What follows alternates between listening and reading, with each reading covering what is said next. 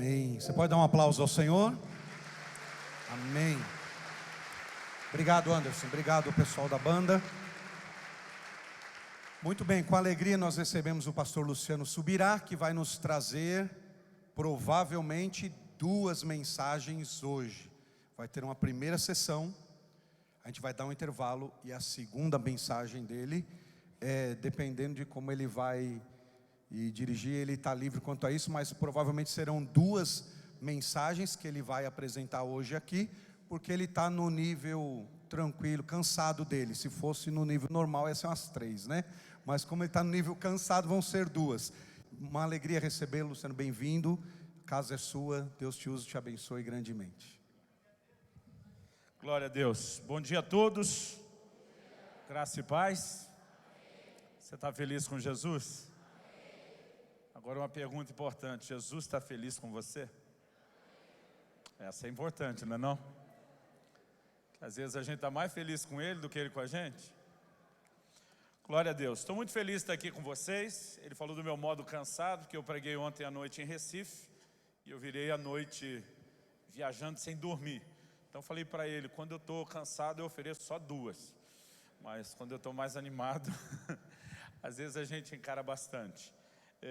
Muito contente que Deus me permitiu estar com vocês para dividir do pão sagrado da palavra nessa manhã.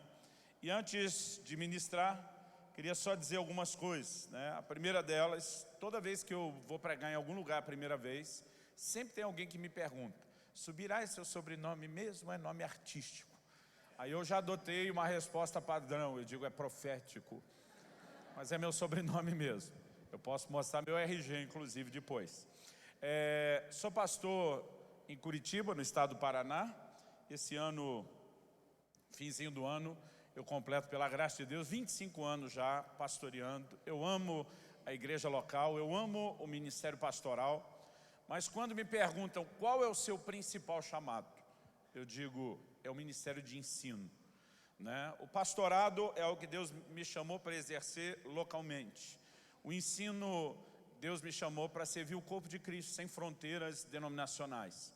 Quando eu falo do ensino, não me refiro apenas à doutrina como um todo, isso é responsabilidade de todo ministro, mas o que arde no nosso coração é colocar nas mãos do corpo de Cristo chaves, né, princípios, porque o reino de Deus é constituído de princípios que Ele estabeleceu e usa.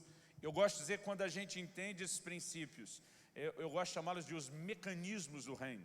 Quando a gente entende essas chaves e aprende a se mover dentro delas, isso pode nos tirar de um lugar de mediocridade para um lugar de vida abundante, de um lugar de religiosidade para um de intimidade.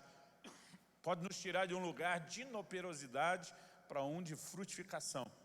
E o nome desse nosso ministério é orvalho.com. O orvalho nós tiramos do cântico profético de Moisés, lá em Deuteronômio 32:2, que diz, destine a minha palavra como orvalho. .com você não vai achar em nenhuma versão, não está na Bíblia, nós aumentamos para te remeter ao nosso site, né? Nos últimos 4 anos, se não me engano, a gente também vem se ajustando a todo o avanço da tecnologia. Então, nos últimos 4 anos, nós disponibilizamos também um aplicativo gratuito, né? Você pode encontrá-lo em todas as plataformas dos smartphones, dos tablets, né? Com o mesmo nome, orvalho.com. Ele tem tudo que tem no site, na verdade um pouco mais, desde podcast e outras ferramentas que você pode acessar. Deus tem colocado no nosso coração usar todas as mídias possíveis para veicular de forma gratuita o ensino da palavra, né? E a gente disponibiliza mensagens como a que vamos compartilhar aqui no formato de áudio, de vídeo, escrito. Então tem muita coisa boa lá. Só das minhas, alguém me disse, tem mais de 300, eu ainda não contei. Mas tem material de muitos homens e mulheres de Deus, tem muita ferramenta para te abençoar. E eu quero te encorajar, depois dar uma espiadinha, uma acessada lá. Nós temos também alguns materiais, né, que a gente tem procurado exibir no YouTube, desde pregações até alguns programas semanais, que a gente exibe em algumas redes de televisão e também no YouTube, né? Então lá no youtube.com/Luciano Subirá, aliás eu brinco que daqui uns dias vai mudar o jeito de se apresentar, né? Com as as redes sociais do jeito que estão, daqui uns dias a gente vai estender a mão e dizer prazer, eu sou @Luciano Subirá, né? Ou o YouTube, o Facebook puxando a fila, o / Luciano Subirá. E lá tem alguns materiais interessantes. Nós gravamos em janeiro desse ano, Deus colocou um projeto no meu coração que é falar de Bíblia onde tudo aconteceu. Nós gravamos uma série de programas em Israel e na Jordânia no início do ano. Ainda vamos fazer, né, com a permissão de Deus, Egito, Turquia, Grécia, né, Ilha de Malta, Itália, especificamente Roma. A ideia é falar de Bíblia nos lugares onde aconteceu. A gente tem chamado de No Caminho da Palavra, né, esse programa. Toda quinta-feira, se não me engano, às 11 da manhã, né, entra um episódio novo. A gente tem uns 5 minutos de ambientação geográfica, histórica, arqueológica, para uma geração que é muito visual. Tem uns 15 minutos de ensino, um ensino prático, conciso, e depois tem mais uns 7 minutos que normalmente eu tenho uma conversa com a minha família, fazendo uma aplicação prática. Eu queria, não sei se chegou o vídeo para o pessoal que vai exibir, chegou? Eu queria passar um videozinho, que é um trailer desse programa, e eu queria tentar com isso te encorajar a dar uma espiada nesse material depois.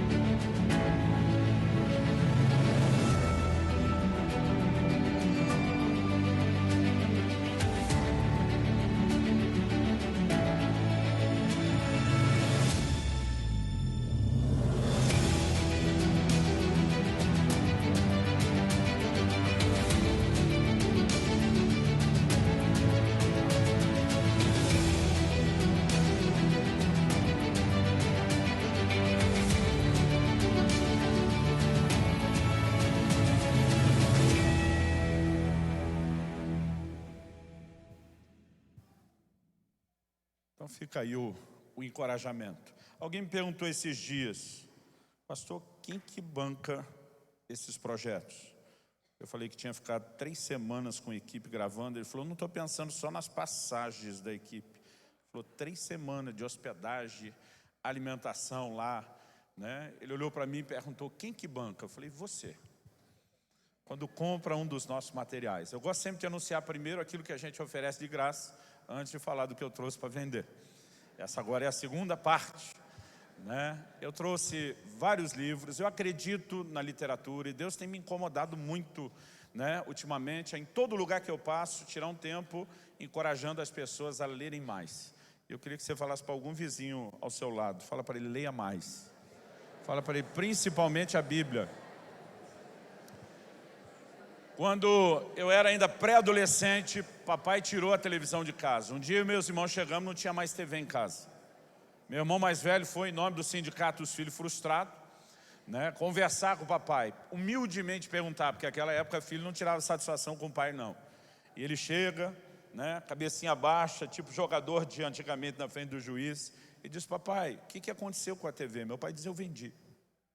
Aí ele arriscou vai comprar outra? E meu pai diz, não. Aí ele fez quase que nem Abraão, quando está intercedendo, né, por Ló e por Sodoma. Não se ire o Senhor se eu falar uma vez mais. Aí ele falou, por que não?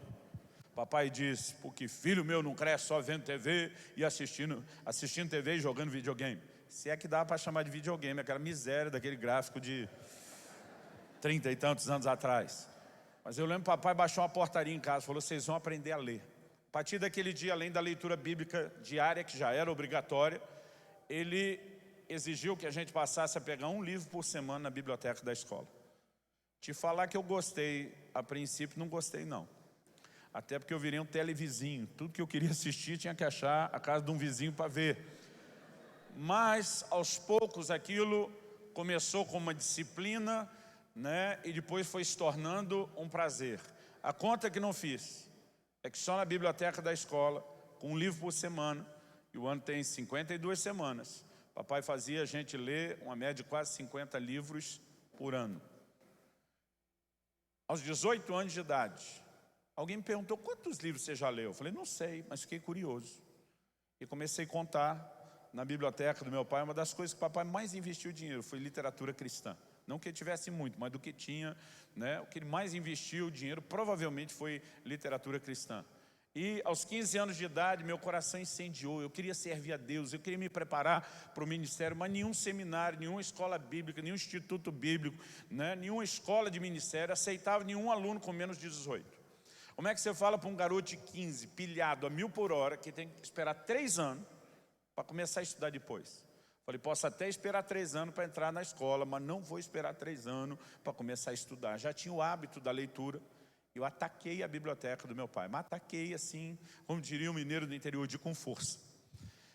Aos 18 anos, quando finalmente eu tinha idade, entrei para o Instituto Bíblico, né? Eu fiz apenas alguns meses de aula.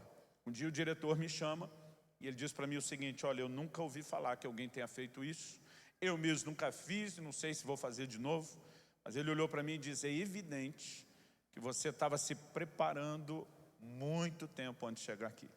Para resumir, encurtar a história, ele me tirou da condição de aluno, me botou para dar aula, ajudei a formar minha classe e não tenho diploma. Eu não posso dizer para você que eu não acredito na literatura. E quando me fizeram a pergunta, quantos livros você já leu? Né? Porque a conversa envolvia essa preparação. Eu falei, não sei, mas curioso, fui contar. Só do que eu consegui contar aos 18 anos de idade, eu tinha lido mais de 400 livros. Você não vai fazer isso de uma vez, não vai ser da noite para o dia, mas leia sempre. Fala para alguém ao seu lado, fala, leia sempre. Meu pai dizia, quem lê, fala melhor, pensa melhor, escreve melhor e vive melhor. Então, eu sempre encorajo as pessoas, eu acredito na literatura, Deus acreditou. Sua palavra chegou até nós porque Ele acreditou. Então, o crente tem que ler no mínimo a Bíblia.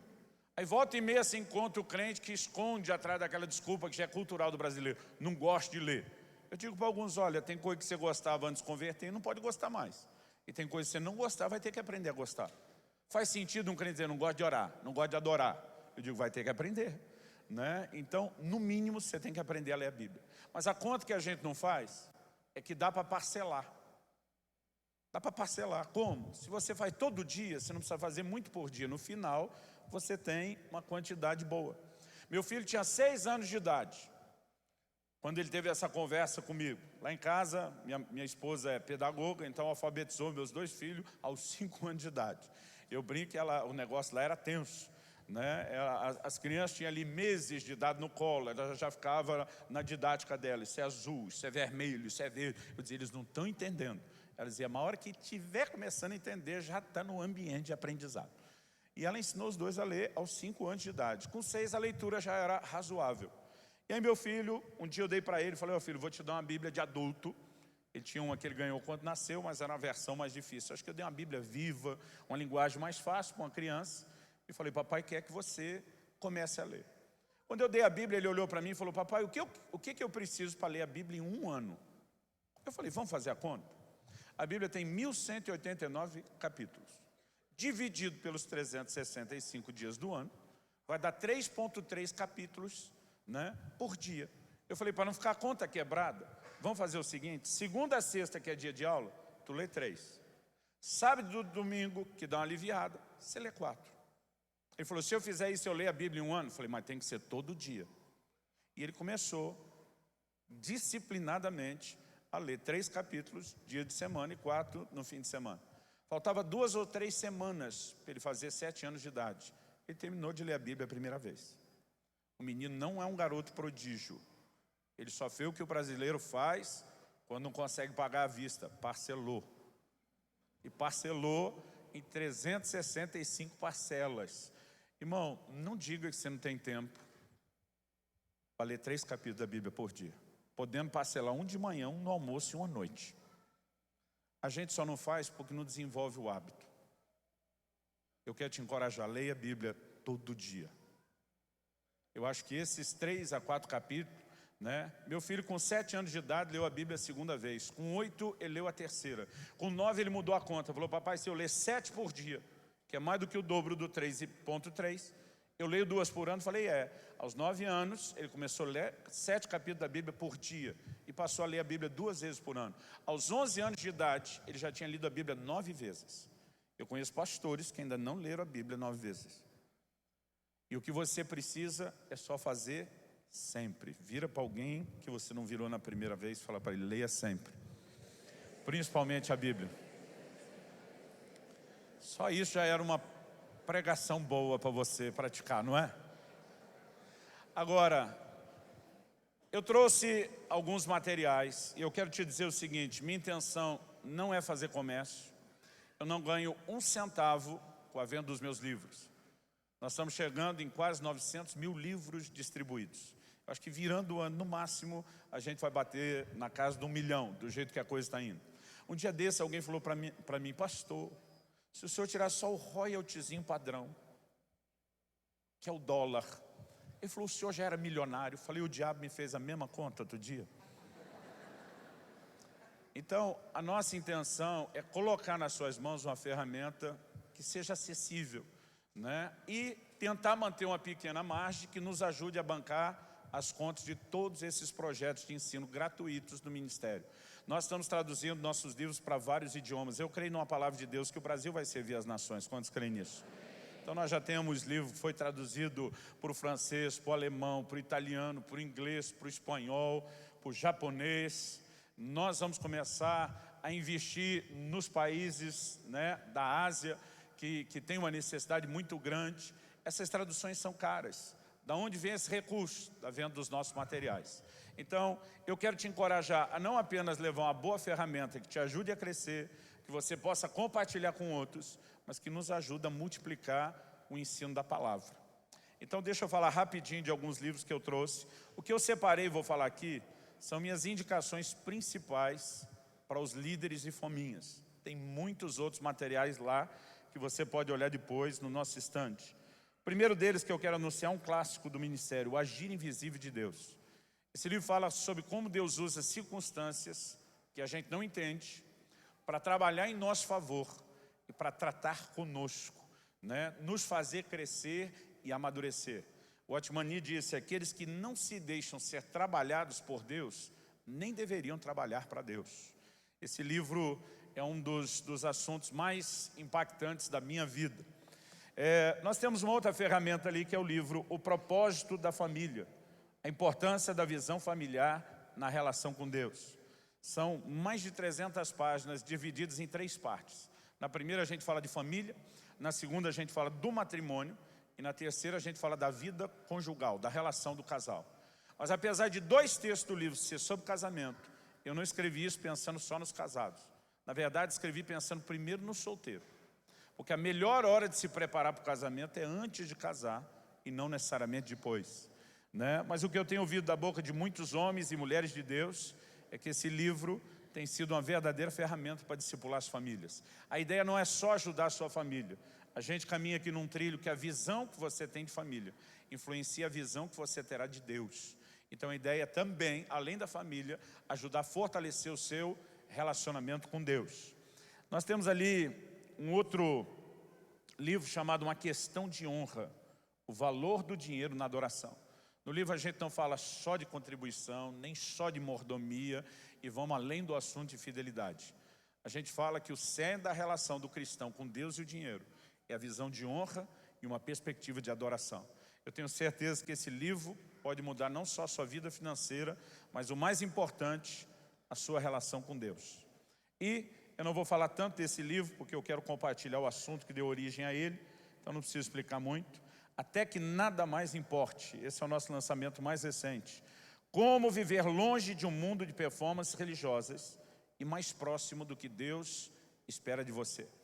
Esse livro é a primeira experiência que eu estou fazendo, publicando ele por uma editora que não seja o nosso ministério.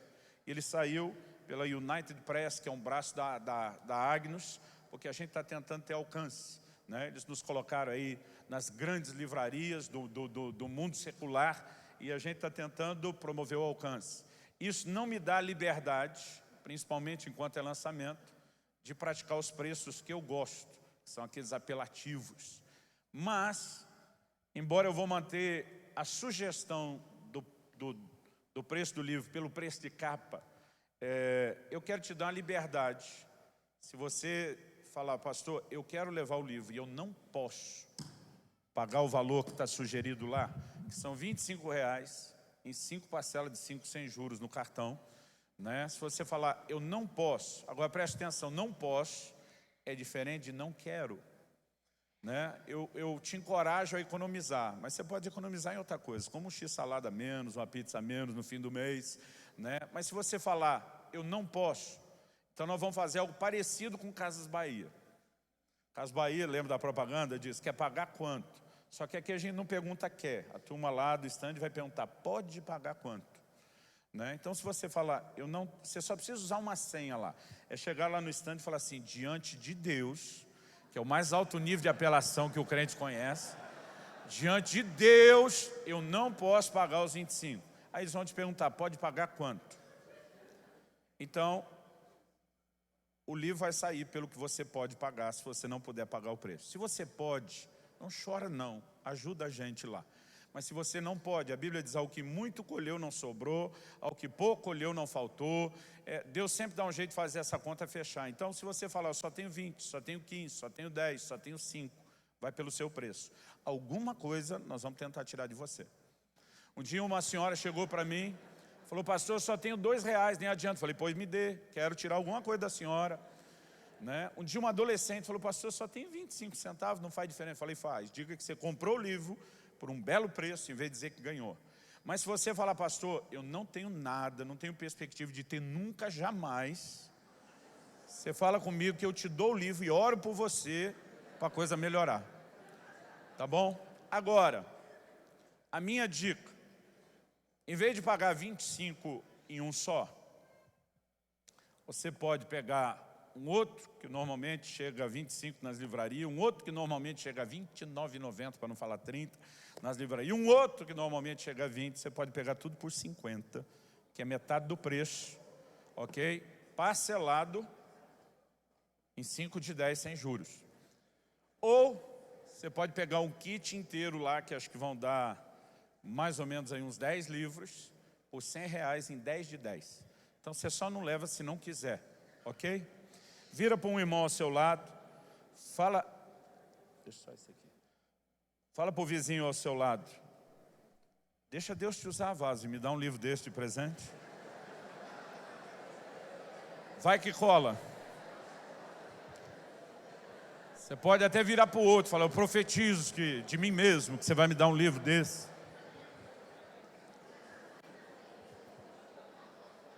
De vez em quando, alguém fica tocado que a gente vende livro barato, está de graça e quer deixar mais dinheiro lá. Você não precisa deixar mais.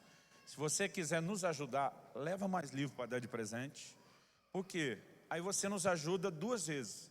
Nos ajuda com a entrada do recurso e nos ajuda espalhando a mensagem. Porque não faz sentido a gente querer o recurso para espalhar a mensagem nas mídias e não espalhar os livros, né? Então uma forma de nos ajudar, leva mais livro. Deixa Deus te inspirar hoje. Amém?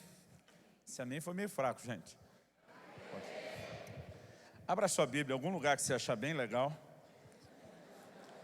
Me dá uma alegria quando a turma ri da brincadeira, porque um dia eu falei isso, o pessoal começou a folhear mesmo a Bíblia. Eu acho que eles pensaram, hoje Deus vai falar personalizado, com cada um no lugar. Filipenses capítulo 3.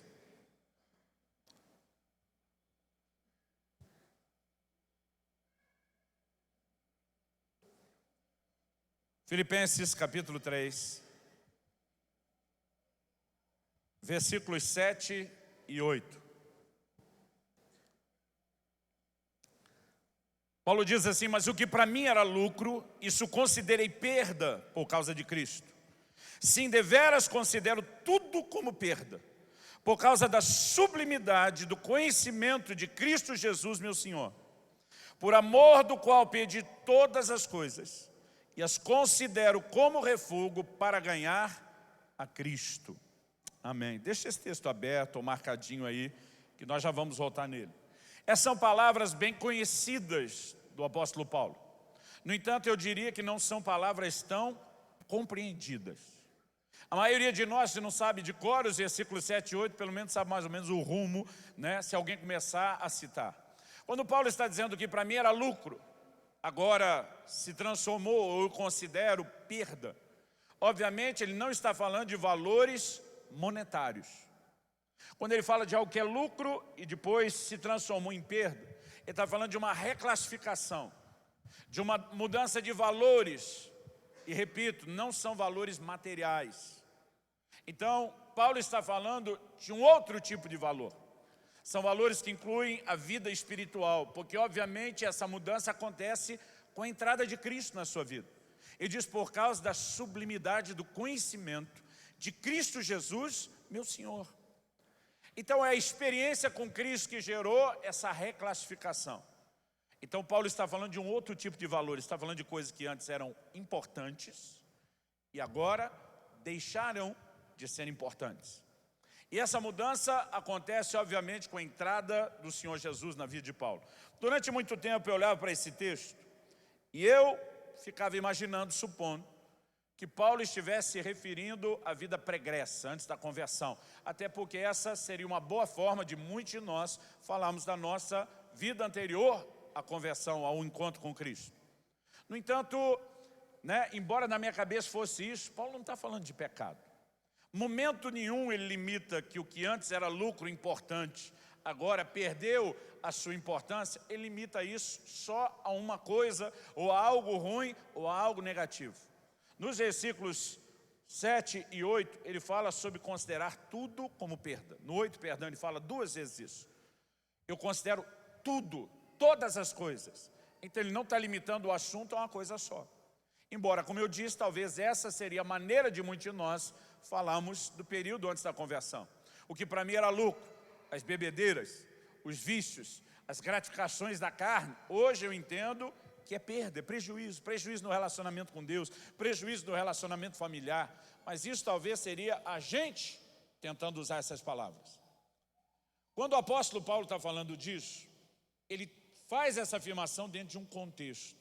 Eu me lembro desde criança, meu pai era um amante da palavra de Deus, um estudioso, dedicado, e eu lembro de um ditado que ele repetia sempre para mim e para meus irmãos, ditado conhecido do meio evangélico. Ele dizia, texto sem contexto não passa de pretexto.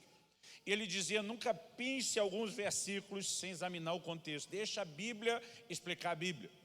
Embora o próprio versículo 8 já mostra que Paulo está englobando todas as coisas. Se a gente puder destacar uma, não eliminando as outras, mas se a gente puder destacar uma de todas essas coisas que Paulo está incluindo, terem perdido a importância, eu acredito que o contexto pode nos apontar uma direção importante. Olha comigo os 3 versículos anteriores, a gente leu 7 e 8, então vamos começar do 4 e ler o 4, 5 e o 6. Paulo inicia dizendo, bem que eu poderia confiar também na carne. Se qualquer outro pensa que pode confiar na carne, eu ainda mais. Eu sei que Paulo consegue usar um tom razoavelmente prepotente, porque ele está dizendo, se algum de vocês se acha grande coisa, eu mais ainda. Se algum de vocês acha que pode pensar que é o cara, eu mais do que você. E por que é que Paulo está dizendo isso? Os versículos 5 e 6 explicam que autoridade ele tinha para falar dessa forma. Então ele começa no 5 dizendo, circuncidado ao 8º dia, da linhagem de Israel, da tribo de Benjamim, hebreu de hebreus, quanto à lei fariseu, quanto ao zelo perseguidor da igreja, quanto à justiça que há na lei, irrepreensível. O termo confiar na carne fala de vangloriar-se de si mesmo, das suas habilidades, daquilo que você conquista pela sua própria força. Então Paulo está dizendo, se algum de vocês acha que pode confiar na carne, eu dou de goleada para cima de você. E ele começa a falar da sua história. Circuncidado ao 8º dia. Ele está dizendo, pense em alguém de fé precoce. Ao 8º dia de vida já teve a transmissão da aliança que veio dos ancestrais. Isso seria uma forma de, na linguagem evangélica moderna, contemporânea, talvez a gente dizer nascido e criado num lar cristão. Apresentado e consagrado a Deus na igreja desde criancinha. Paulo está dizendo, o negócio aqui começou cedo. Mas ele diz, esse na verdade não é o meu início. Esse é o início da minha fé na minha existência. Mas Paulo, ele agora pega o caminho de volta na sua linhagem, na sua ascendência. E quando ele começa a dizer hebreu de hebreus, da linhagem de Israel, ele está dizendo, antes de meu pai me circuncidar, meu avô circuncidou meu pai. Antes do meu avô circuncidar meu pai, meu bisavô circuncidou o meu avô. E antes disso, meu tataravô circuncidou o meu bisavô. E ele vai subindo nessa linhagem, até bater em nada mais, nada menos do que Israel, um dos patriarcas, neto do patriarca maior, Abraão. Sabe o que Paulo está dizendo? Tem muitos anos, tem muitas gerações de fé, de adoração, de obediência a Deus, de vida na palavra sendo vivida antes mesmo de eu começar ao 8º dia. Um dia desse encontrei um pastor que me confidenciou que ele já é a 6ª geração de pastores na família. Eu falei, meu pai foi o primeiro a converter, virou pastor, né? Eu sou a 2ª geração de crente e de ministros. Mas eu falei para ele, você já é a 6ª e o filho dele já está no ministério, que é a 7ª. Eu falei, você tem certeza? Ele falou, tenho. E posso te dar o nome de quem foi quem serviu a Deus onde, e ele foi puxando a lista. Eu lembro que eu fiquei olhando para ele, eu falei, meu irmão, isso é que é pedigree de crente. Falei, se tem uma raça pura, uma linhagem santificada, já é a sua, velho. Pensa nisso agora, o que Paulo está falando é maior do que isso. Ele está dizendo, no meu caso, são muito mais do que 6 ou 7 gerações. Isso remonta desde os dias de Abraão. E aí Paulo começa a apresentar características aqui que são impressionantes. Primeiro ele diz, quanto à lei, fui fariseu. A maioria de nós ouve o termo fariseu e só pensa naqueles religiosos que Jesus confrontou e chamou de hipócrita. Mas a verdade é que os fariseus compunham a seita mais severa dentro do judaísmo. Não tinha ninguém tão dedicado à lei como esse grupo. Era o que hoje alguns círculos chamariam de os devotos, os beatos. Paulo continua e ele inclui nessa lista o único motivo, no meio de tanta coisa que ele poderia se orgulhar, o único motivo, na verdade, do qual ele não só não se orgulhava, como se arrependia, que é o fato de ter perseguido a igreja. Mas ele consegue colocar isso dentro da lista, destacando a intenção e a motivação. E diz, quanto ao zelo, em outro texto ele diz que ele era extremamente zeloso da tradição dos seus pais. Então ele diz, quanto ao zelo, persegui a igreja. Ele está dizendo, errei, foi mal, pequei, dei mancada, mas a intenção era boa. Escrevendo aos Romanos, ele fala de si e do resto da nação de Israel que rejeitou a Cristo, de si no passado e da nação que ainda não tinha se convertido, e ele se refere a eles como tendo zelo sem entendimento. Mas embora ele adjetive esse zelo com algo que tinha falta de entendimento, ele também está dizendo, foi zelo. Então ele bota esse negócio na lista e diz, eu era zeloso. E ele termina com uma afirmação para lá de ousada, que diz, de acordo com a justiça que há na lei, eu fui irrepreensível. O que ele está dizendo? Pega as centenas e centenas e centenas de preceitos da lei, faz um exame da minha vida, minucioso, me vira ao avesso, faz o raio-x, o que você quiser, e aponta o dedo e diga onde eu quebrei um só ponto da lei. É uma afirmação para lá de ousada, abusada, como diria o nordestino. E aí depois de falar isso tudo, e Paulo está destacando o quê? Performance religiosa. Depois de falar isso tudo, ele diz, mas o que para mim era lucro, importante, a valorização da performance. Isso eu passei a considerar como perda. E junto com essa desvalorização da performance, eu considero perda também todo o resto. Ele está dizendo, a entrada de Jesus na minha vida não veio mudar apenas o quanto eu valorizava a performance, veio mudar o valor que eu dava para toda e qualquer coisa, mas não dá para deixar o assunto de performance religiosa de fora.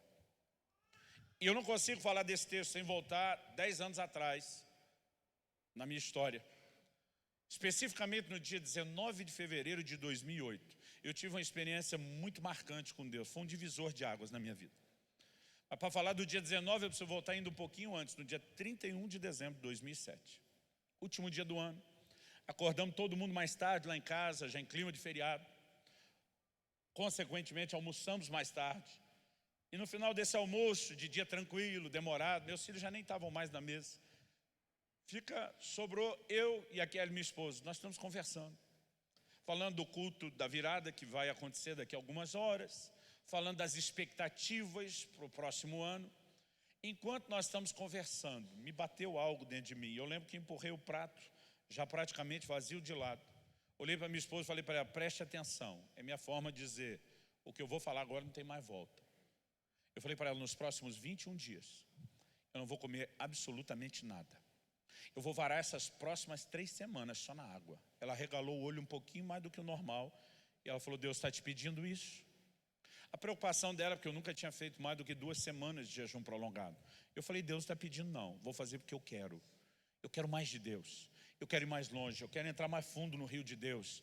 Eu não quero me acomodar no lugar de mediocridade quando Deus tem muito mais. E eu olhei para ela e falei, 2008 será na minha vida o ano da busca. Eu falei para ela, eu não vou fazer só o maior jejum da minha vida. Eu vou fazer loucuras para Deus em todas as áreas. Eu vou entrar numa pegada de oração doida. Eu falei, eu vou entrar e mergulhar a cara na Bíblia como eu nunca fiz. E naquele ano, só naquele ano.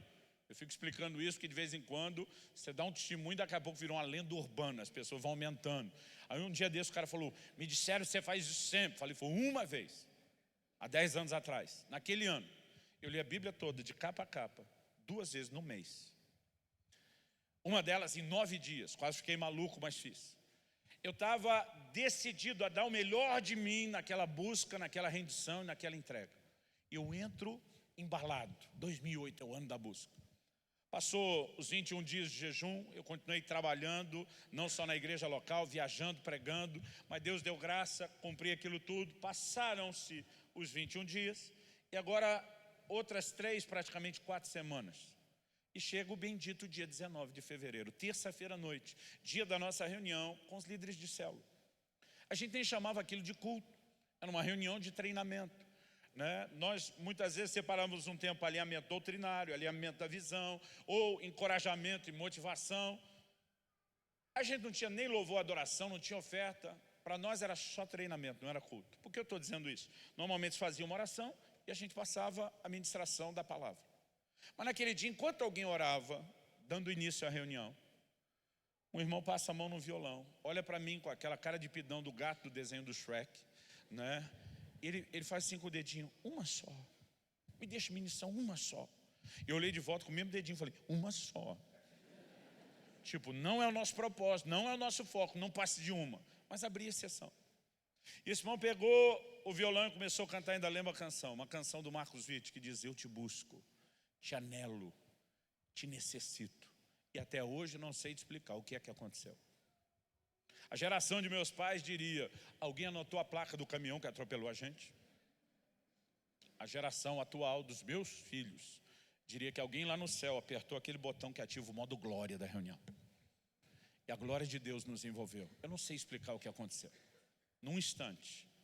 Nem se a gente tivesse ensaiado, coreografado, combinado aquilo, a gente conseguiria ter feito isso tão simultâneo. Num instante. Quase todo mundo naquele lugar, não vou falar todo mundo que não conseguia olhar cara por cara, mas quase todo mundo naquele lugar, porque a maioria eu vi, começa a chorar. Eu não estou falando de um choro qualquer, que a lágrima correu no canto do olho. Estou falando de gente chorando compulsivamente. Estou falando de gente chorando com força. Eu estou falando de gente que chorava que nem criança, eu um deles. E eu estou chorando e todo mundo começa a ajoelhar, prostrar, com a cara no chão. Alguns foram sentando para os cantos, encostando nas paredes, choro, um choro generalizado.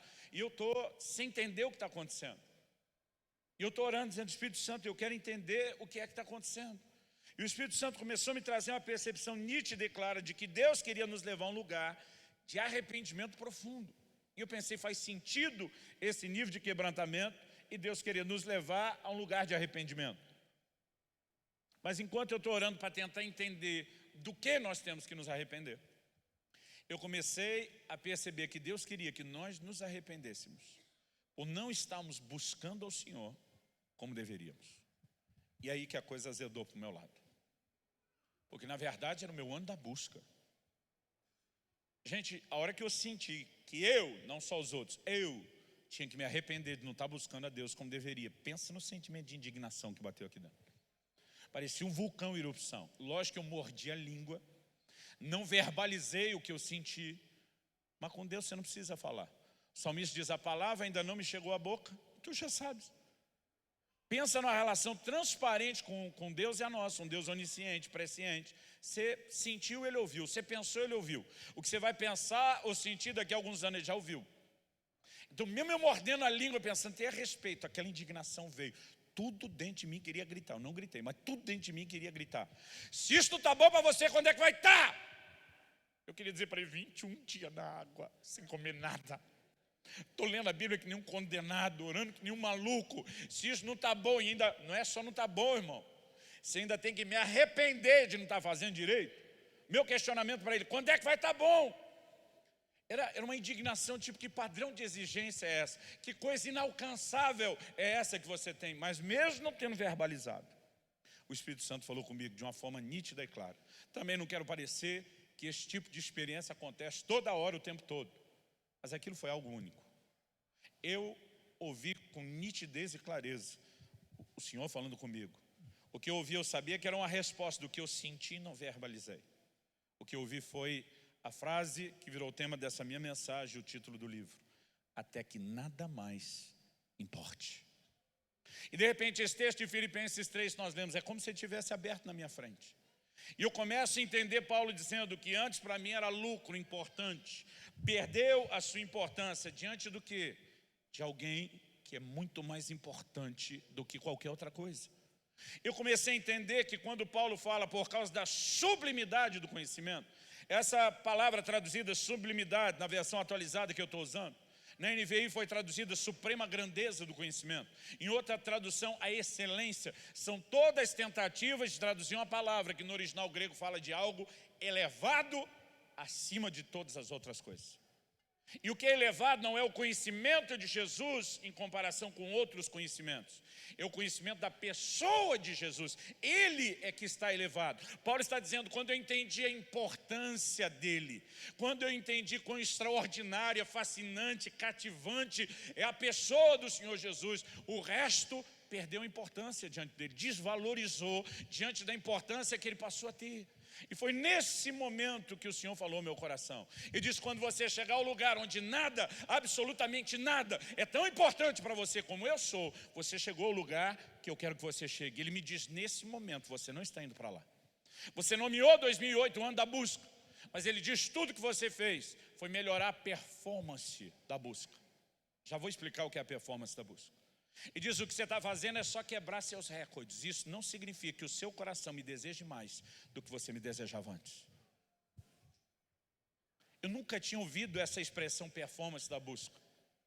Mas naquela hora, o Senhor não só falou isso comigo, Ele começou a me guiar pelo entendimento bíblico. Ele me fez lembrar de Jesus, citando as palavras do profeta Isaías. Foi a respeito de vós, hipócritas, que Isaías profetizou, dizendo: esse povo me honra com os lábios, mas o seu coração está longe de mim. Eu e você podemos ter uma performance fantástica de adoração e não entregar o que Deus realmente quer. Deixa eu te dizer uma coisa: o que Deus quer não é a sua adoração. Jesus não disse em João 4 que o Pai procura adoração. Jesus disse que o Pai procura adoradores. O que Deus quer não é a sua adoração, quem Deus quer é você. Adoração é o meio através do qual nós vamos a Ele por uma conexão mais profunda de intimidade. Mas deixa eu te dizer que o que Deus quer não é a sua adoração, é você.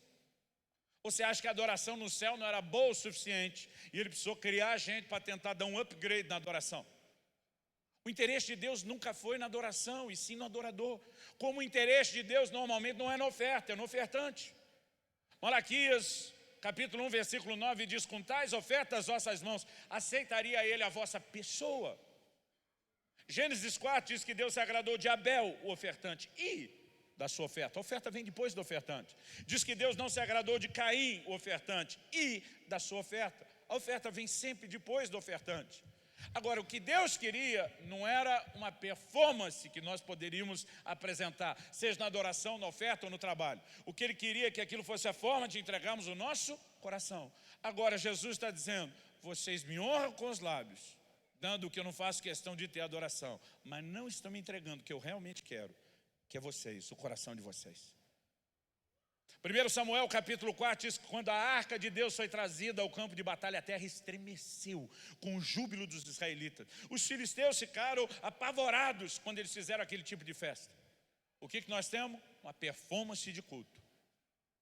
Mas na verdade, aquela geração, depois de perder a arca para os filisteus, ninguém, numa geração inteira, ninguém moveu um dedo para tentar recuperar o objeto que mais representava a presença de Deus no meio deles.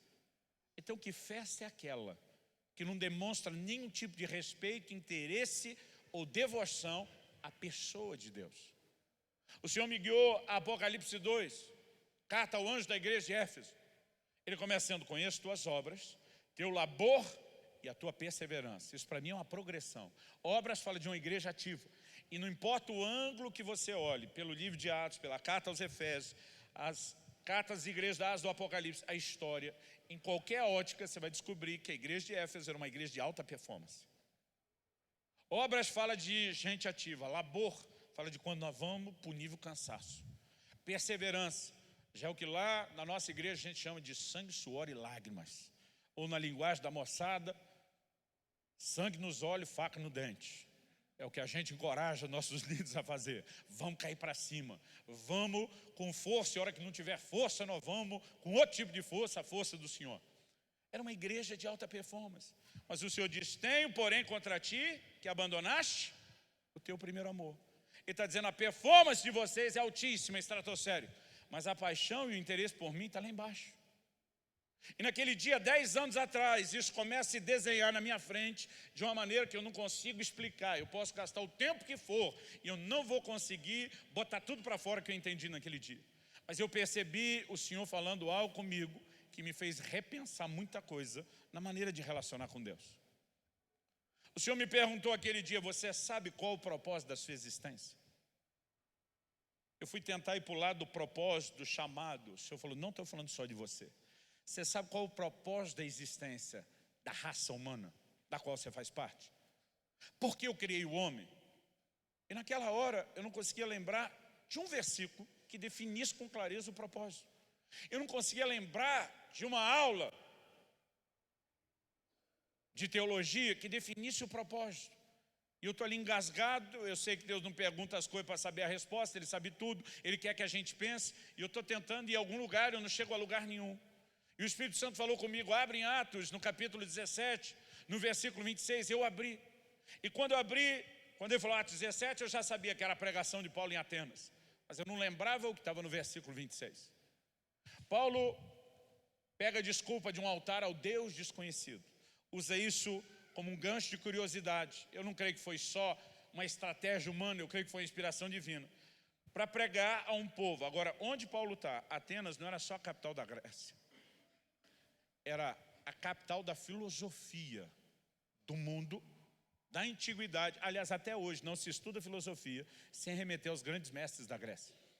Alexandre o Grande, quando dominou o mundo depois do Império Medo-Persa, ele não tinha uma visão de conquista militar apenas. A ideia era helenizar o mundo, era espalhar a cultura, o pensamento, a língua grega, e ele fez isso muito bem. Quando Alexandre o Grande morre, seus 4 principais generais se dividem, quebram o reino, e foi só por isso que Roma é que passa a dominar o mundo. Mas nos dias de Paulo, Roma governa o mundo, mas a língua falada, a língua global, era o grego. O pensamento e a cultura predominante era o grego. E agora Paulo está lá em Atenas, no palco da filosofia. Talvez nenhum outro lugar da terra na época tinha tanto questionamento, ou tanta gente questionando por metro quadrado, aquelas perguntas básicas da filosofia. Quem eu sou? De onde eu vim? Para onde eu vou? É para esse público conceder desse tipo de resposta que no versículo 26 Paulo começa falando assim: de um só. Está falando do Criador, o Deus desconhecido. De um só, uma clara referência a Adão, o cabeça da raça. Ele fez todas as raças e tribos dos homens, para que habitassem sobre a terra, havendo fixado os limites da sua habitação, os tempos pré-estabelecidos. Agora a pergunta é: por que de um Deus fez nós todos? Porque Deus nos colocou para habitar na terra, estabelecendo limites e tempos determinados. Por quê? O que Ele tinha em mente? O que é que Ele queria? E aí que o versículo 27 de Atos 17 entra com indicativo de propósito. O texto diz assim: para buscarem a Deus. Eu e você existimos com um propósito definido: buscar a Deus. Fala para o irmão que vai te dar um livro de presente no final da reunião. Água mole em pedra dura, tanto bate até que fura, já dizia o versículo apócrifo. Fala para ele: você existe para buscar a Deus. Para não fazer acepção de pessoas, fala para o outro, fala: você existe para buscar a Deus. Agora, o versículo 27 de Atos 17 diz assim: para buscarem a Deus, se, porventura, tateando ou possam achar. O qual, todavia, não está longe de cada um de nós. Gente, quando alguém procura alguma coisa tateando, quando está limitado ou desprovido de visão. O dia desse estava numa casa, deu um blackout. No bairro, na região, na cidade, não sei, apagou tudo. Os adolescentes foram os mais rápidos, enfiaram a mão no bolso, tiraram os smartphones, acenderam as lanternas, problema resolvido. Nós, os mais velhos, começamos a rir. E eu lembro que eu falei, na minha época não era assim. A gente ia sair apalpando as gavetas, procurando onde está a bendita vela e a caixa de fósforo, para tentar resolver o problema. E por que é que a gente apalpava? Porque não conseguia enxergar. O que é que Deus está dizendo através de Paulo? Que o homem pecaria, e espiritualmente falando, ele usa um paralelo, falando da incapacidade, da limitação da visão espiritual. Mas ainda que o homem tivesse limitado, Deus esperava que na sua limitação, ele colocasse tudo de si. Ele saísse da forma como pudesse. Onde está Deus? Onde está Deus? E muitos de nós estamos aqui. Antes de ter um encontro com Cristo, batemos em muitas portas procurando Ele. Só que a Bíblia diz, o qual não está longe de cada um de nós. Deus, o Deus que criou eu e você para buscá-lo, decidiu que Ele não vai dificultar as coisas. Ele não está longe. Aliás, em Jeremias 29:14, ele diz, eu serei achado de vós. O que ele quer é ser encontrado. Eu não consigo tocar nesse versículo e não lembrar de quando meu filho era pequenininho, uns toquinhos de gente. Eu me lembro, fiz isso com os dois, o Israel e a Alice, eles têm 3 anos de diferença. Então, com cada um numa fase diferente. Mas eu gostava de me esconder e botar eles para me achar. E como eles eram ainda muito, mas muito criança, sem aquela esperteza toda que chega logo depois. Como que eu me escondia? Me ajoelhava na frente do sofá, cobria só a cabeça com uma almofada. Aí vinha lá um daqueles toquinhos de gente, erguia a almofada e dizia, te achei. Eu abraçava, fazia festa, mas eu tinha vontade de dizer, quem não acharia uma criatura com o corpo todo para fora? É lógico que eu não falava, porque eu tinha que descer no nível deles. O segundo nível, não é de dificuldade, mas de menor facilidade, era quando eu escondia atrás da cortina. Gente, nem o magro mais profissional consegue esconder atrás da cortina. E eu já tive uma versão de 50 e tantos quilos a mais do que eu estou hoje. Então você imagina a dificuldade de esconder atrás da cortina. Eles viam meu pé de fora, eles viam aquele volume todo projetado, né? Não tinha como não achar. Mas eu me lembro de um dia, porque a Alissa, minha filha, era ainda muito pequenininha, eu escondia entre a cortina e o forro da frente, que era não sei se é voal o nome daquele tecido, que é meio transparente.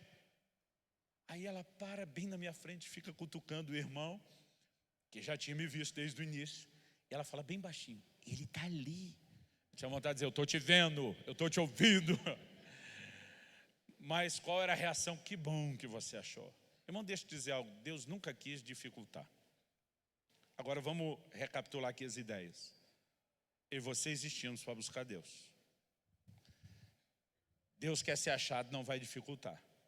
Mas há um ingrediente essencial, indispensável, inegociável, que tem que reger essa busca.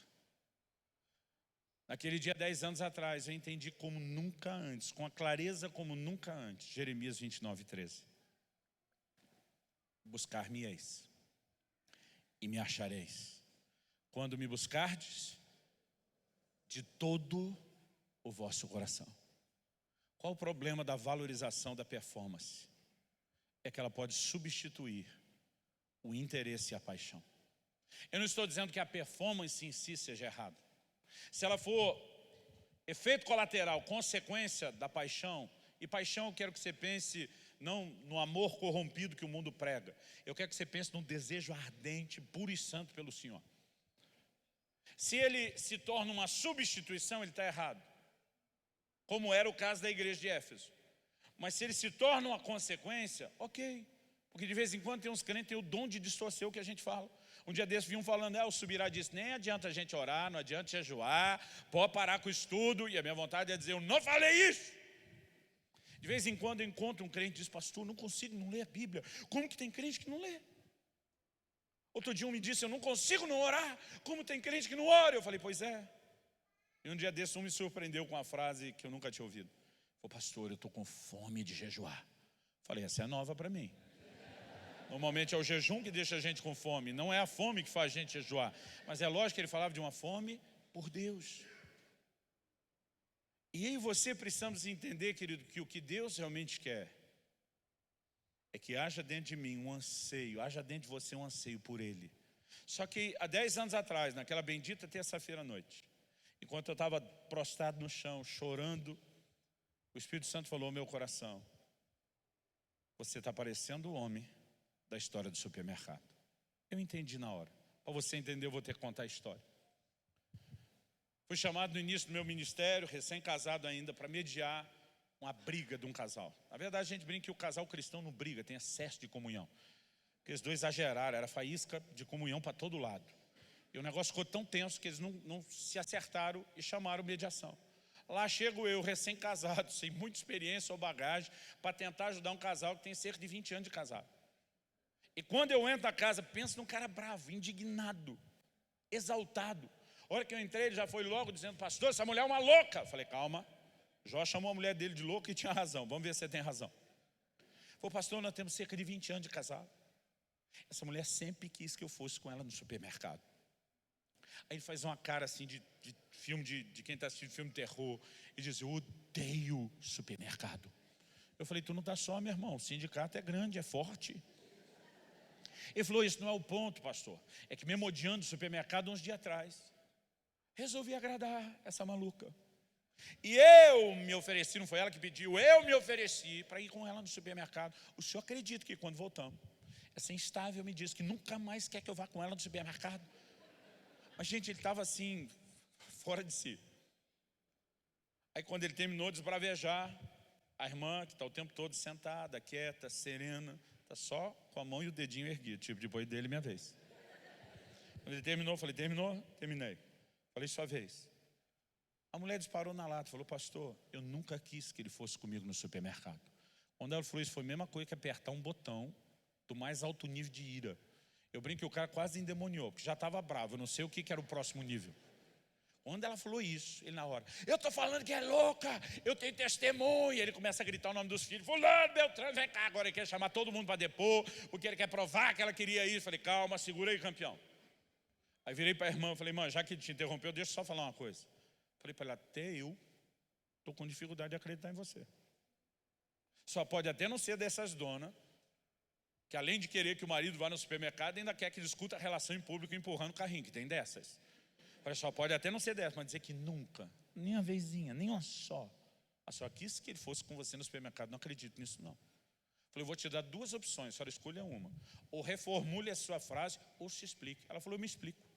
Não precisou nem pensar. Ela diz: ele não entendeu o que eu queria. O que eu queria não é que ele fosse no supermercado. Ela diz: o que eu queria é que ele quisesse ir. E foi tão profundo que eu fiz essa cara de paisagem de muitos de vocês. As mulheres entendem melhor isso e mais rápido. Eu falei: dá para me explicar um pouco mais? Tipo assim, peguei uns 18% só. Ela falou: pastor, se o que eu queria é que ele fosse ao supermercado, ele já me deu o que eu queria. Mas não é o que eu queria. O senhor tem que ver como é que ele foi no supermercado. O senhor tem que ver a cara de desgosto do homem. O senhor tem que ver assim a linguagem não só verbal, mesmo quando ele não estava verbalizando a reclamação, o protesto, a linguagem corporal, olhando o relógio, a cara de enfadado, aborrecido. Ela falou: pastor, quem precisa de uma companhia dessa no supermercado? Ela diz: eu fiquei pensando, esse homem deve ter feito uma coisa muito terrível, mas muito terrível. Ele deve ter pensado: eu mereço o pior castigo do mundo, que é ir no supermercado com a minha mulher.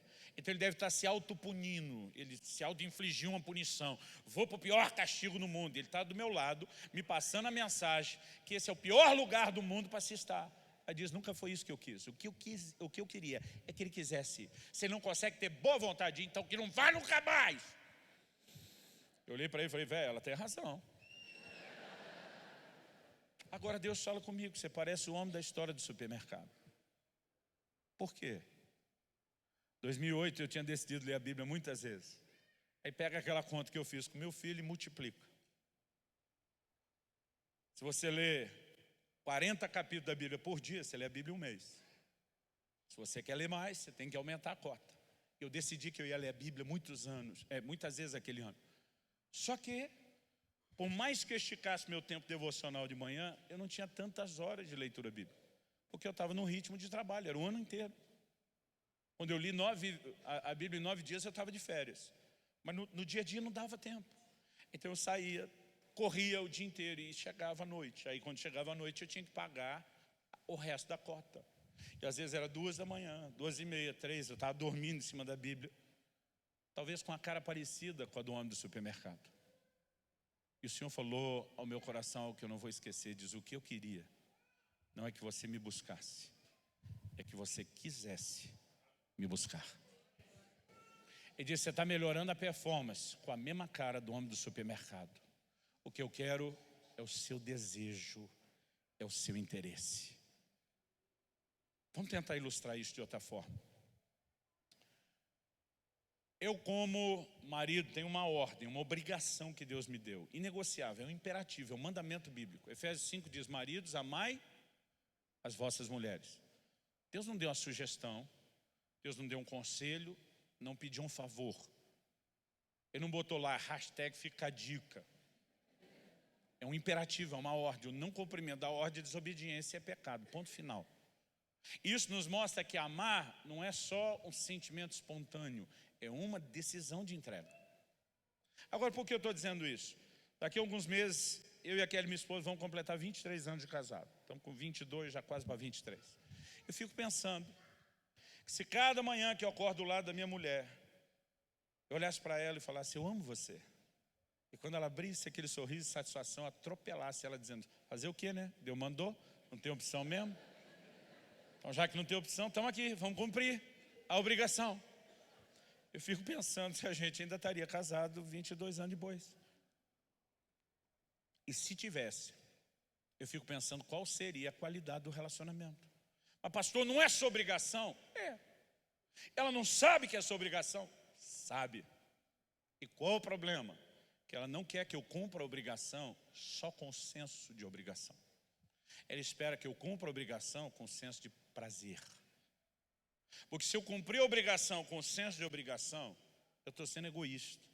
Eu estou valorizando a minha performance para eu me orgulhar depois. Deus mandou, eu fiz direitinho, você não tem do que reclamar. Isso não significa a valorização da outra pessoa. É só a valorização do seu próprio ego e da sua performance. Agora, quando você cumpre a obrigação com prazer, você está dizendo a outra pessoa: você é tão importante que o que poderia ser um fardo para alguém não é para mim é uma delícia, para mim é um prazer. E quando eu e você começamos a apenas cumprir a obrigação de buscar, cumprir a razão da minha e da sua existência, sem conectar com o senso de prazer, nós não estamos valorizando Deus, nós estamos valorizando a nós mesmos e a nossa busca. Sabe como termina essa história? Sempre com gente orgulhosa. Paulo diz: se você acha que é grande coisa, ou mais ainda. Ele está falando do sentimento que ele carregava, e não necessariamente algo que ele vive agora. O que o Senhor me falou há 10 anos atrás: ao melhorar a performance, você também conseguiu melhorar o seu nível de orgulho. Você está mais metido agora do que estava antes, porque você está quebrando todas as suas marcas, os seus recordes. A casa caiu aquele dia. E à medida que eu entendia, e Deus trazia o meu coração, não era uma explicação só racional, Deus me virou ao avesso. Irmão, pensa num cara que chorou e chorou muito, e conseguiu se arrepender à medida que entendia. Aquele dia o Senhor falou ao meu coração e disse: durante muito tempo você tem dito a você mesmo e aos outros e pregado que o grande inimigo de vocês é o pecado. Ele falou: você não está errado quando olha o pecado como inimigo, mas você está errado quando acha que só o pecado é inimigo. Ele disse: tem um outro inimigo que a maioria de vocês não tem enxergado, porque ele vem mascarado atrás de coisas boas. E o Senhor falou ao meu coração: assim como a performance é um engano que normalmente rouba a paixão, esse outro inimigo também tem roubado vocês. E o Senhor falou: o nome desse inimigo é distração. Ele diz: diferente do pecado, que a gente sabe que é errado, a distração ela vem atrás de coisas boas. Então deixa eu dar um exemplo para a gente encerrar isso. Lucas 14, de 15 a 20, Jesus está comendo na casa de alguém, e alguém solta o comentário: bem-aventurado o que comer pão no reino dos céus. Jesus aproveita o gancho da comida, do comentário, e diz: o reino de Deus é semelhante a um homem que preparou um grande banquete. Banquete na Bíblia não fala de comer só para renovar as forças. Fala de comunhão, fala de intimidade, fala de relacionamento, fala da valorização da pessoa. O que é que Deus mais quer? É só a gente olhar lá para o início, para a origem. Uma boa forma de entender o modelo de Deus é voltar na origem. Quando Jesus vai discutir o assunto do divórcio, ele volta lá na origem. Quando Deus criou o primeiro casal, decidiu que se unisse, fosse uma só carne. Vamos voltar na origem. Quando Deus estabelece o primeiro casal no jardim do Éden, eu brinco que ele não respeitou nem a lua de mel dos dois. Todo dia Deus ia visitar os dois. Pensa no negócio que eu não queria que meus pais fizessem comigo e eu não fiz com meu filho quando casou. Todo dia Deus visitava os dois. A Bíblia diz na viração do dia. Viração não é um entardecer. A palavra viração significa sopro, vento. Todo dia batia uma brisa. Eu não sei se o movimento de Deus provocava brisa. Eu não sei se Deus mandava brisa na frente como mensageiro. Mas aquelas folhagens do jardim começavam a soprar diferente. Os dois diziam, ele está chegando, ele está chegando. E é como se Deus dissesse, vocês podem festar à vontade, mas todo dia eu quero que vocês tenham tempo para mim. Eu quero que vocês tenham olhos para mim. Eu quero que vocês tenham atenção para mim.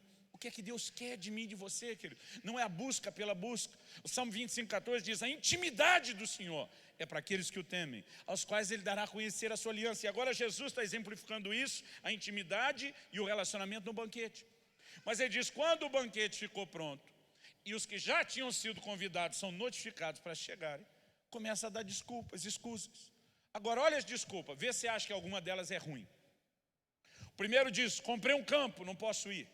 Aquisição da propriedade, alguém aqui vai achar isso ruim? Nunca, em quase 25 anos de pastorado, vi um crente reclamando, ô pastor, coisa terrível, comprei uma casa própria. Quem que reclama disso? Qualquer nível de aquisição para os negócios, para a igreja, ninguém reclama.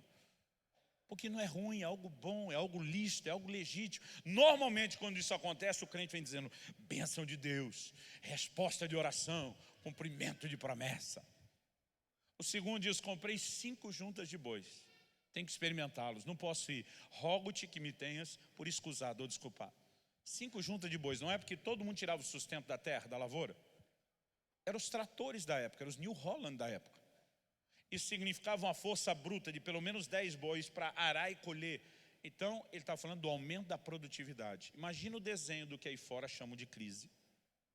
E alguém reclamando que vendeu 3 vezes mais ou produziu 4 vezes mais. Ninguém vai reclamar. Vai dizer bênção de Deus, resposta de oração, cumprimento de promessa. E se for a versão mais pentecostal, vai dizer para glorificar de pé, igreja.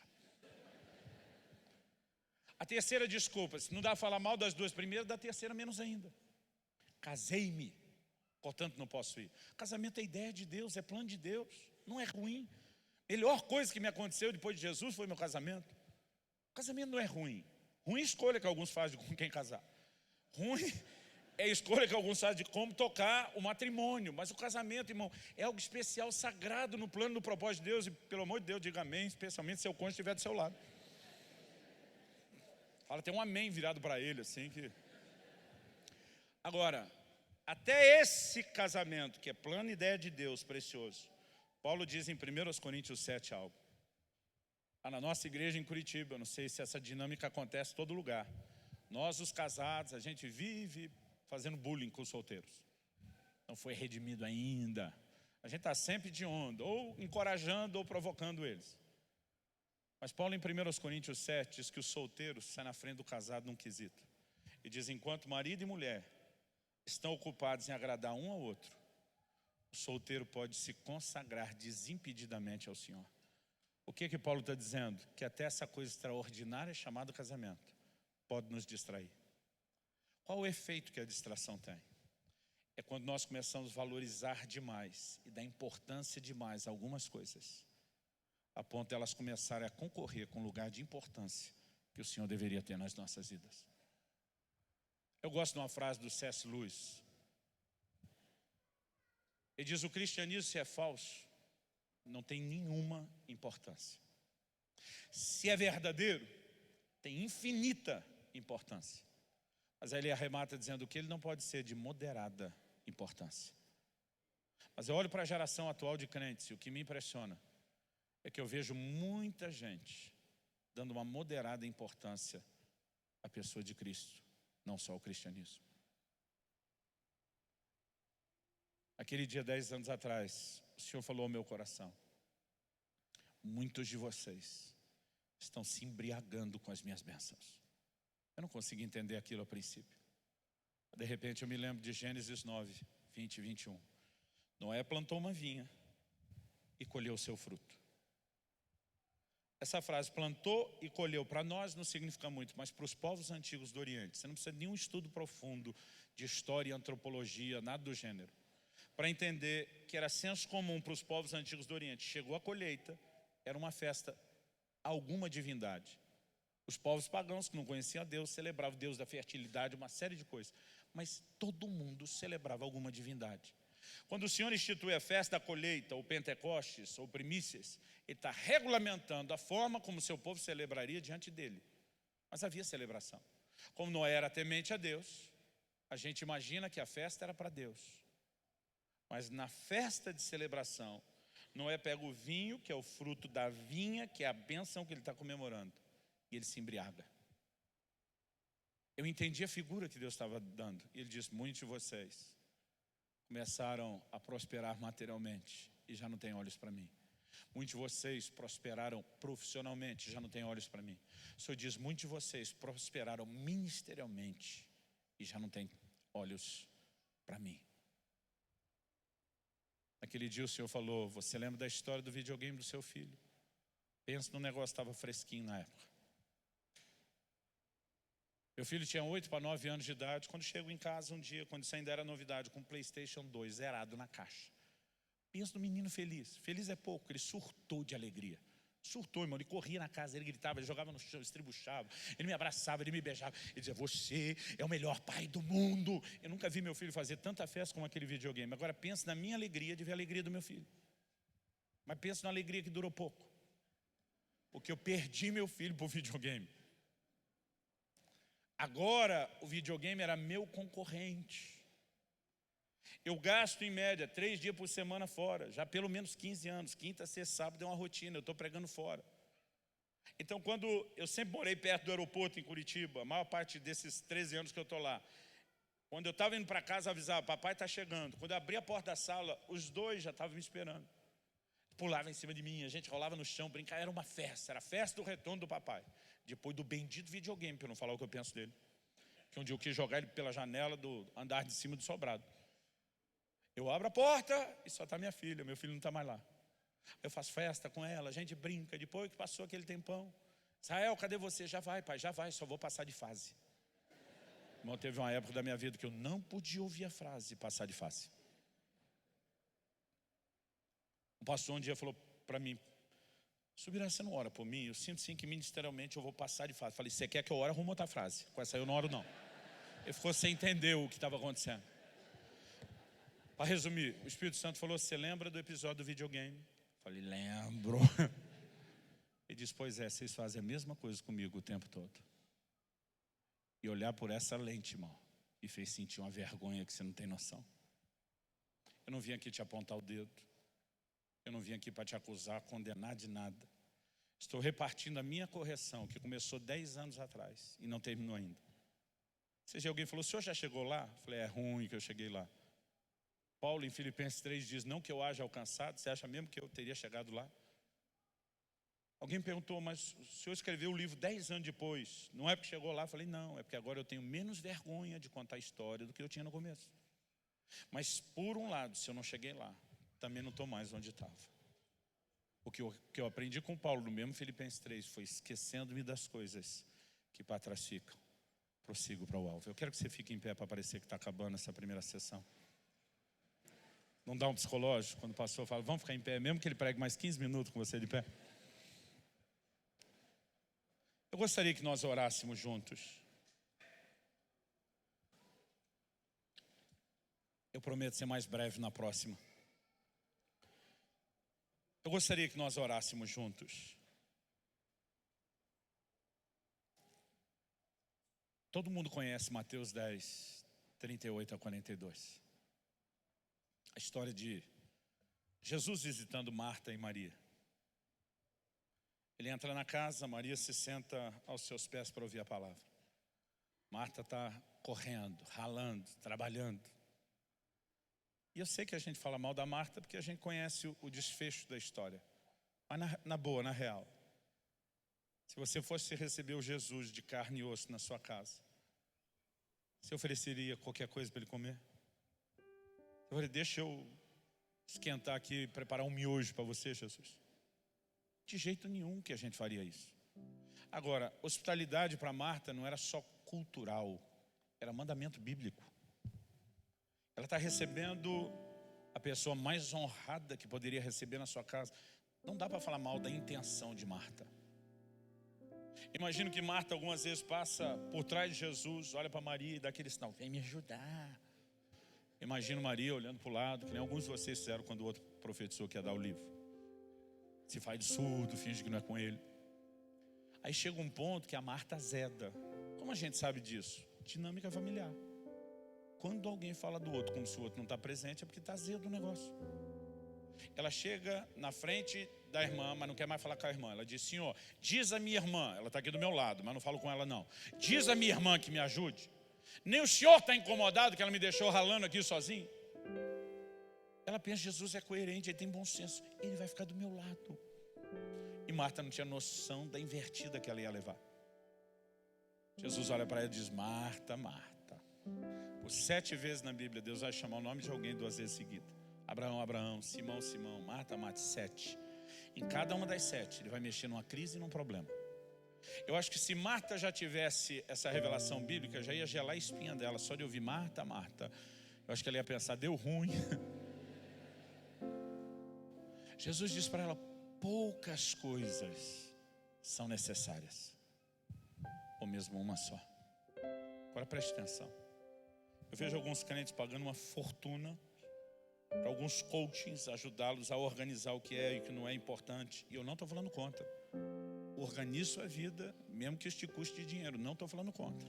Mas o que eu não entendo, eles investiam a maior grana aqui e não ouvir o maior de todos os coachings, ensinando de graça a sua prioridade. E diz, poucas coisas são necessárias. Na real, Marta, uma só. De tudo que você puder imaginar que é importante, só tem uma coisa. Que coisa é essa?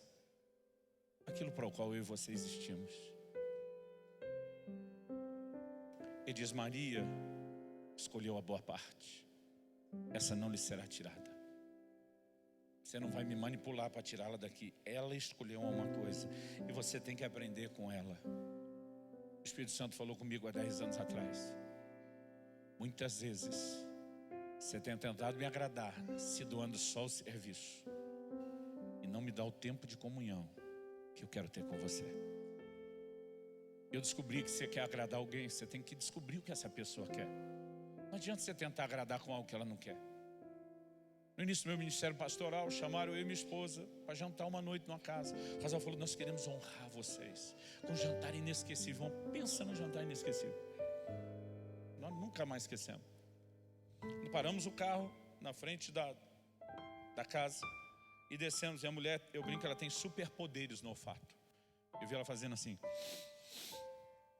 olhando para os lados, falei, que foi? Tem uma comida no planeta só que minha mulher, não é que ela não gosta, ela não suporta, não consegue comer, não consegue cheirar. Dobradinha. Quando ela desceu do carro, ela olha para mim e falou, o que foi? Eu vi a cara dela mudou. Ela falou, cheiro de dobradinha. Eu falei, amor, algum vizinho. Falei para ela, ninguém arriscaria um negócio tão ousado sem perguntar. Fica tranquila.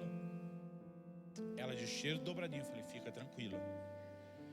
Abrimos o portão, fomos chegando perto da porta. E eu, que não tenho superpoderes, agora começo a sentir o cheiro de dobradinha. Perto da porta. Irmão, eu já comecei a gelar por dentro. E de repente o casal abre a porta. E quando abre a porta, aquele cheiro estapeia nós dois. Plá, plá, plá. Eles olham para a gente com empolgação. Que honra receber vocês aqui. Preparamos um jantar inesquecível. Dobradinha. Gente, eu não sabia o que fazer. Eu fiquei olhando assim, aquele lugar que cruzava a porta para dentro. E antes de botar o pé lá, eu falei, desculpa, antes de entrar eu vou falar uma coisa. Minha mulher pode me matar depois, mas não vou deixar ela passar por isso. Só existe uma comida que ela não é que não gosta, ela não suporta. Ela não consegue nem cheirar. É dobradinha. Falei, pelo amor de Deus, me diga que vocês fizeram alguma coisa a mais. Os dois se olham, olha para mim com a cara de desespero, diz, pior que não. Falei, dá para requentar o que sobrou do almoço? Pastor, a gente nem almoça em casa, a gente almoça no trabalho. Dá para fazer um ovo? Não. Pão, tem pão? Não. Pastor, a gente não come em casa, nós só na volta do trabalho pegamos ingredientes do mercado da dobradinha, porque a gente queria agradar. Eu ainda lembro da cena, todas as janelas abertas, todos os ventiladores ligados, tentando tirar o cheiro. Minha mulher comendo aquele arroz branco, teve uma hora que eu vi a lágrima correndo no olho, ela fazendo um esforço para conseguir ficar na casa. Sabe o que eu aprendi? Você quer agradar alguém? Descubra o que a pessoa quer e o que ela gosta. Mas estava na boa intenção, mas não estava dando o que o Senhor queria. Há um grito no coração de Deus para que a gente entenda o que é esse lugar. É muito mais do que só viver uma vida religiosa. É um lugar de realização profunda. Quando nós começamos a entrar nessa dimensão, Espírito Santo, se o Senhor não vivificar essa palavra, terá sido só um discurso, só uma palestra. E nós precisamos de mais, muito mais do que isso. Nós queremos nos arrepender, porque muitas vezes estamos trocando a paixão pela performance. Muitas vezes estamos perdendo a paixão por causa das distrações. E algumas coisas estão se tornando tão importantes que passaram a concorrer com o seu lugar. Nós não queremos isso. Nós sabemos que o teu propósito não é reprovar a nossa pessoa, é consertar uma atitude. E a nossa oração hoje de manhã é que cada um nesse lugar perceba o mesmo chamado que o Senhor fez ao anjo da igreja de Éfeso. Volta à prática das primeiras obras. Que a gente entenda que o Senhor não está reprovando a pessoa, o Senhor está tentando ajustar um ato, porque nos ama o suficiente para lutar pelo melhor nesse relacionamento. Nos chama não para o senso de obrigação. O Senhor não disse para o anjo da igreja de Éfeso, você não sabe que o maior mandamento é me amar de todo o coração. O Senhor não exigiu o cumprimento da obrigação. O Senhor apelou para o senso de prazer quando diz, lembra de onde caíste. Eu quero te pedir que nessa manhã o Senhor nos ajude a lembrar aqueles momentos únicos, marcantes e extraordinários que nós já tivemos diante do Senhor. E que de alguma forma aquele senso de saudade que valoriza a tua presença, a comunhão com o Senhor, possa nos provocar a pegar o caminho de volta. Nós oramos no nome do Senhor Jesus. Fala com Deus do seu jeito, da sua maneira. Eu pedi para você ficar em pé, mas você pode orar como você achar melhor, em pé, sentado, de joelhos. Pai, nós oramos por um tempo novo, por uma nova percepção do relacionamento, por uma nova dimensão de resposta na vida de cada um de nós. Em nome de Jesus. Em nome de Jesus. E para a glória de Deus. Se você crê e concorda, diga amém. Se você recebe essa palavra, diga eu recebo em nome de Jesus. Que eu compartilhei com vocês hoje é o resumo do primeiro de 12 capítulos. Esse é o 15º livro que eu publiquei. Eu diria que é uma das mensagens mais importantes que Deus me deu. E o que eu falei antes é sério. Se você não pode pagar o preço, a gente faz o seu. Se você não pode nada, eu estou disposto a semear o livro na sua vida. Mas eu não gostaria que você apenas levasse. Se você levar, você está me ajudando a fazer o que eu faço para mais gente. Mas eu vim com uma intenção de te ajudar. E eu só vou conseguir te ajudar se você se aprofundar naquilo que Deus está falando ao seu coração nessa manhã. Eu creio que essa é uma boa ferramenta. Vira para o irmão ao seu lado, fala para ele até que nada mais importe. Pastor, acho que não podemos dar aquele intervalinho. Vocês conseguem fazer que o intervalo seja intervalinho Só tempo de ir no banheiro, tomar água, comprar uns 8 livros. Os 15 minutos. A música já vai começar para sinalizar daqui 15 minutos. Se não der tempo de pegar agora, tem livro para todo mundo. E dá tempo de pegar no final, ok? Acho que aqueles que têm muita pressa pode ir antes, os que não têm tanto, pode deixar para depois.